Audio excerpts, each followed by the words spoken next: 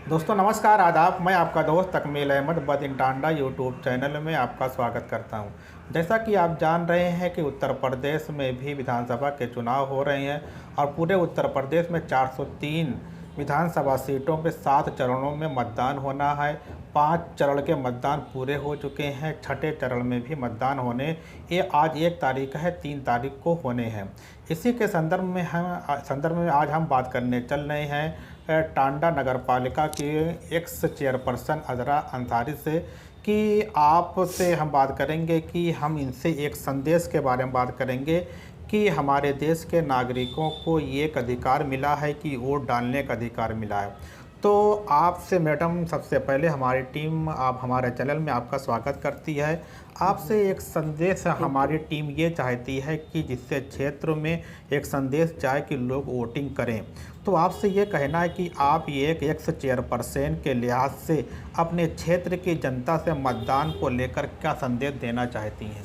पहले मैं आपके शुक्रिया अदा करूंगी कि आप इतने जागरूक हैं और मैं चाहती हूं हर वयस्क जिसको वोट देने का अधिकार है, वो नर हो या नारी, वो इसमें एक्टिवली सामने आएँ और पहले वोट दें फिर दूसरे घर के कामों में उलझें, क्योंकि ये इस वक्त हमारे पास हमारा बहुत क्रूशल टाइम है।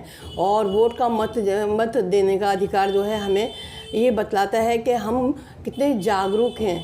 अगर हम अपने समाज, अपने देश के लिए कुछ करना चाहते हैं तो हमें वोट देना बहुत अत्यंत आवश्यक है और उसके लिए हमें सबसे पहले वोट देना होगा। जैसे ही आप 3 मार्च को उठें, सबसे पहले तैयार होके जाइए बूथ पर और अपना जो इतना अहम वोट है वो दे के आइए, फिर दूसरे कामों में लगिए। अब बात करते हैं कि आप एक समाजवादी कार्यकर्ता हैं, समाजवादी लीडर हैं। अगर इस लिहाज से बात किया जाए तो आप समाजवादी पार्टी की विचारधारा को लेकर यूपी के पूर्वी ज़िलों में भ्रमण किया है, तो आपको क्या लगता है कि पूर्वी यूपी में भी समाजवादी का परफॉर्मेंस पश्चिमी यूपी जैसा होगा कि बेहतर होने की उम्मीद और है? देखिए, ऐसा है क्योंकि इस वक्त जनता बहुत ही ज़्यादा परेशान है अपने मुद्दों को लेके, पढ़ाई के बच्चों की पढ़ाई को लेके, सामाजिक सुधारों के लेके। एक तो कोरोना हमारे पर मुसल्लत हो गया था, इस कोरोना से अब तो निजात मिल रही है धीरे धीरे। इसके बाद फ़ौरन ही ये अंतर्राष्ट्रीय रूप में ये जो यूक्रेन की बला आ गई है, उस पर भी सब लोगों के दिमागों में वो छा गई है। इसी बीच हमारा इलेक्शन हो रहा है और ये बड़ा क्रूशल है हमारे देश की, हमारे राष्ट्र की, हमारे अंतर्राष्ट्रीय पॉलिसी को। ये हमारा यूपी का जो चुनाव है वो निर्धारित करेगा।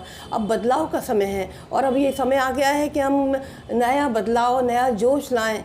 हम लोग बहुत ही परेशान हैं, जितने चाहे वो महिला हो, पुरुष हो, किसी भी जाति का हो, सब सामाजिक समस्याओं में उलझे हुए हैं। बच्चे घर पे हैं और बच्चे ऑफलाइन जा नहीं पा रहे हैं, ऑनलाइन काम कर रहे हैं। मोबाइल की समस्याएं आ रही हैं, नेटवर्क की समस्याएं आ रही हैं। जो स्कूल और विद्यालय और कॉलेज जाके जो पढ़ाई होती है वो घर में ज़ाहिर है अवेलेबल नहीं है। बच्चे खेल कूद नहीं पा रहे हैं और भी माता पिताओं को परेशानियाँ उठानी पड़ रही हैं। हमारे जो समाज है बहुत पिछड़ रहा है इस वक्त। तो इस वक्त एक नए बदलाव की ज़रूरत है और वो बदलाव के लिए हमको लगता है उसका सबसे अच्छा जो रूप सामने आएगा वो समाजवादी आएगा। और मेरी सबसे अपील है पूरी जनता से, टांडा वासियों से, टांडा के नगर और ग्रामीण वासियों से सबसे अपील है कि समाजवादी को बहुमत से जिताएं, क्योंकि वही नया बदलाव ला सकते हैं और हमें नई क्रांति के रूप में चाहिए। हमारी सामाजिक जो स्थिति है बहुत डाउन जा रही है, हमारी आर्थिक स्थिति डाउन जा रही है। कोई कारोबार, रोज़गार नहीं हो रहा है, किसान परेशान हैं, बुनकर परेशान हैं, हर तरह की परेशानियां आ रही हैं। और हम ये चाह रहे हैं कि बिजली का जो बंदोबस्त समाजवादी सरकार ने पहले किया था उससे ज़्यादा वो दल बल के साथ शुरू होगी, क्योंकि अब 300 यूनिट फ्री होगी और जो उनके और भी जो उनकी परेशानियां वो दूर की जाएंगी। तो मेरे ये सबसे अपील है कि आप सब पहले पूरा परिवार मिलके, पूरा मोहल्ला मिलके, पूरा समाज मिलके एक साथ वोट डालिए, ताकि आपका जो जनमत है वो सबको बता दे कि हम नया बदलाव ला सकते हैं। जैसे आपने अपने उसमें कहा कि समाजवादी बेहतर कर सकती है, तो उसमें एक बात ये होती है, जब से कोरोना वायरस की महामारी की शुरुआत हुई है हमारे देश की शिक्षा व्यवस्था, अर्थव्यवस्था आदि क्षेत्रों में बहुत बिखराव की स्थिति है। तो क्या समाजवादी के आने पर इन क्षेत्रों में सुधार होने की चांसेस हैं? जी, हमारे मैनिफेस्टो में सारी बातें बयान की हैं। अखिलेश जी ने भी जगह जगह जो अपना घोषणा पत्र का बताया है, तो उसमें ये सब सुविधाएं दी गई हैं। देखिए, हम लोग बहुत पिछड़ रहे हैं। मैं तो आपसे ये कहूँगी कि हम लोग 10 साल पीछे हो गए हैं, चाहे वो एजुकेशन का क्षेत्र हो, सामाजिक हो, आर्थिक हो, हर तरह से पूरी तरह हम लोग पिछड़ रहे हैं। उसके लिए ज़रूरी है कि नई नई योजनाएं आएँ, हमारे बच्चे जो है रोज़गार पाएँ। नौजवान तड़प रहे हैं कि हम क्या करें क्या ना करें, बड़ी असमंजस की स्थिति पैदा हो गई है। उसके लिए आपको एक तरफा वोट डालना होगा। अगर समाज में बदलाव लाना है, हमारी आर्थिक स्थिति बदलनी है, तो सबके लिए हमको एक नई लहर लानी पड़ेगी, वो है समाजवादी लहर। बिना किसी धर्मनिरपेक्ष तौर पे हमको सोचना पड़ेगा, क्योंकि हमारा धर्म हमारे दिल दिमाग में होना चाहिए। धर्म हमारे अंदर होता है।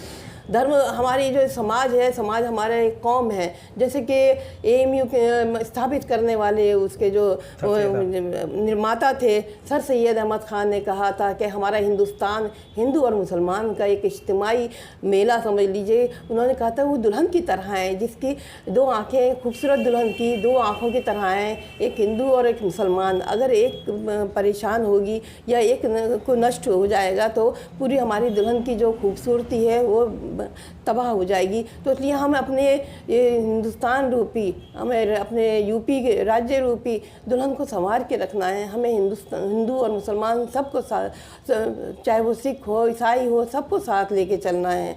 हम इज्तिमाई एक गुलदस्ता हैं, हमारा एक गुलशन है जिसमें हिंदू, मुसलमान, सिख, ईसाई सब मिलजुल कर रहते हैं। उसको किसी तफरीक या उस वर्गीकरण मत करिए, सिर्फ उसको समझिए हम सब भारतीय हैं। जैसे हमारे प्रियम्बल कहती है, हमारी प्रस्तावना कहती है, संविधान की प्रस्तावना कहती है कि हम भारत के लोग, ये नहीं लिखा हम हिंदू या हम मुसलमान या हम सिख या हम ईसाई, हम भारत के लोग, यानी कि we the people of India. हम सब क्या है, बिल्कुल अपने स्वतंत्र और सामाजिक सर्वांगीण विकास चाहते हैं। और हर आदमी ये बोल रहा है, उसके दिल और दिमाग में यही है कि किसी तरह से जो है एक समाज जो यकजा हो जाए। इन सब चीज़ों से कुछ नहीं मिलने वाला, हिंदू मुसलमान बांटने से कुछ नहीं मिलेगा। हमको मिलेगा तो सिर्फ हमारे विकास से मिलेगा, हमारा डेवलपमेंट होगा तो हम पूरी दुनिया के सामने दिखा पाएंगे कि हमारे हिंदुस्तान कितना खूबसूरत गुलशन है। आप एक महिला हैं और 2022 में कांग्रेस पार्टी ने अब वादा किया था कि हम 40% महिलाओं को टिकट देंगे और लगभग उन्होंने दिया है। आप समाजवादी पार्टी से महिला के रूप में अपने आप को स्थापित किए हैं, तो क्या महिलाओं के लिए क्या कहेंगे? क्योंकि अक्सर देखा जाता है कि महिलाओं की वोट कम पड़ती है, इस लिहाज से आपकी क्या राय है महिलाओं के लिए? भाई, एक शिकायत मुझे भी है कि महिलाओं को अब के वोट में, विधानसभा इलेक्शन में महिलाओं को कम प्रतिनिधित्व मिला है।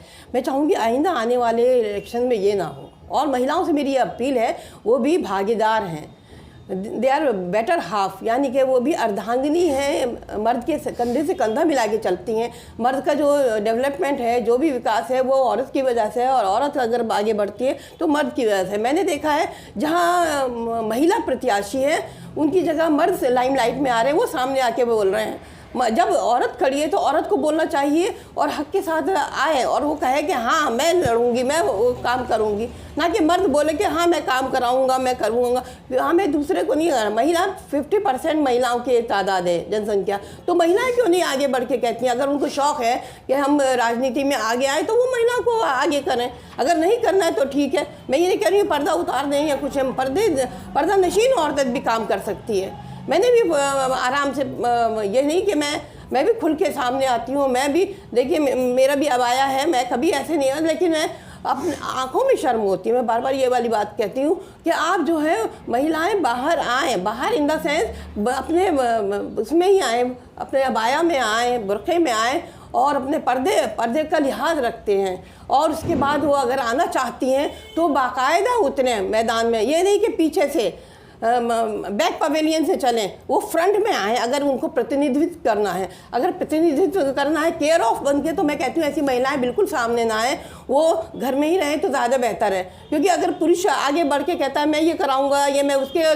केयर ऑफ करके करूँगा, तो ये पॉसिबल नहीं है। इससे जो है वही जैसे डबल इंजन की सरकार वाली बात है, तो ये डबल इंजन हो जाएगा कि मर्द भी आपके ऊपर हाफी रहेगा जनता के ऊपर, औरत तो जो मर्द कहेगा वो औरत सुनेगी। तो कहने का मकसद ये नहीं है, जब आप राजनीतिक रूप में आइए फील्ड में तो खुल के आइए, और अगर काम करने की इच्छा है, ये नहीं क्योंकि मर्द ने कह दिया, मर्द को टिकट नहीं मिला तो औरत आ गई, ये वाइस वर्सा नहीं होना चाहिए। अगर आप में है कैपेबिलिटी तो आप सामने आके वादे कीजिए। आप पता चला इलेक्शन जीत गए तो आप जाके घर में बैठ गए, मर्द आके काम कर रहा है, ये बात बिल्कुल नहीं पसंद है। अगर पॉलिटिकली आना है तो खुल के आइए, अदरवाइज आप मर्द अगर चाहते हैं डोमिनेटिंग सोसाइटी में, अगर ये चाहते हैं मर्द आ गए तो मर्द आए। जिन औरतों में सलाहियत है वही आएँ, जो पढ़ लिख के ज्ञान प्राप्त कर चुके हैं, जिनमें कुछ विजन है, जिनमें कुछ रोशनी है कि हाँ हम कर सकते हैं, हमें कैपेबिलिटी है, हम में सामर्थ्य है, काम करने का जोश है, वलवला है, वही आ गया। अदरवाइज़ तो भाई कोई ज़रूरत भी नहीं है। तो इसलिए मेरी उन औरतों से अपील है, अगर आप कम कर सकती हैं तो आइए, अदरवाइज जो ऐसे चल रहा है वैसे निज़ाम चलता रहेगा। क्योंकि हम मांग तो करते हैं 33% हो और 40% हो, और काम करने में हम केयर ऑफ बने रहते हैं। क्यों भाई?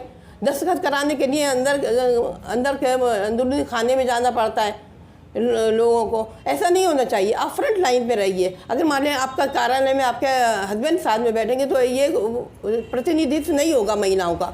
महिलाओं को प्रतिनिधित्व होगा जिस कुर्सी पे आप हैं, जिस कुर्सी के लिए आप लड़ रही हैं, उस कुर्सी पे दमदार रहिए, अदरवाइज़ कोई फ़ायदा नहीं है। इसलिए मुझे औरतों से वो अपील करूँगी, मेरी अपील है वो औरतों से कि आप आइए, मतदान करिए और घर के अपने परिवार को पहले लाइए।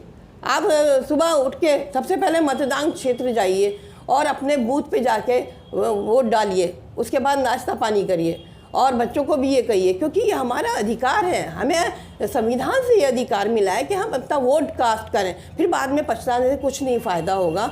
इसलिए बाद में आप चाहे किसी पे तहमत लगाते रहिए, अगर आप आगे नहीं आएंगी, अपना प्रतिनिधित्व नहीं देंगी, आप अपना वोट कास्ट नहीं करेंगी तो या आलस्य दिखाएंगी, तो उससे फिर आप पछताने से कोई फ़ायदा नहीं। इसलिए आप आइए और वोट डालिए, यही मेरी अपील है।